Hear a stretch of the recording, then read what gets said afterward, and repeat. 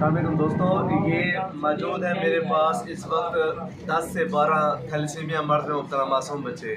आप इन मासूम बच्चों को देख रहे हैं, इनकी उम्र 5, 6, 7 साल से ज़्यादा नहीं है।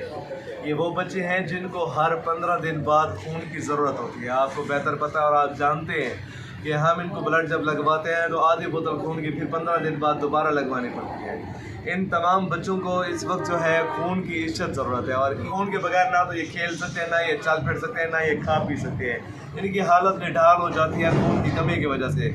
मुख्तलिफ इनके ग्रुप हैं, किसी का ए पॉजिटिव है, किसी का ओ, किसी का ओ नेगेटिव, किसी का बी पॉजिटिव। सिर्फ खून की आधी बोतल एक बच्चे को दरकार होती है 15 दिन के लिए।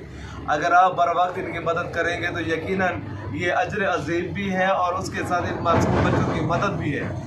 अपने बच्चों की तरह इनको देखें तो कितना आपको भी इनके लिए कुछ करने को मिलेगा। अगर आप खून अतिया नहीं कर सकते तो आप इस पोस्ट को शेयर भी कर सकते हैं और अपने किसी दोस्त से खून मांग भी सकते हैं। इनकी बर वक्त मदद करने के लिए आपको बर वक्त जो है साथ चलना के लिए कोशिश भी कर सकते हैं।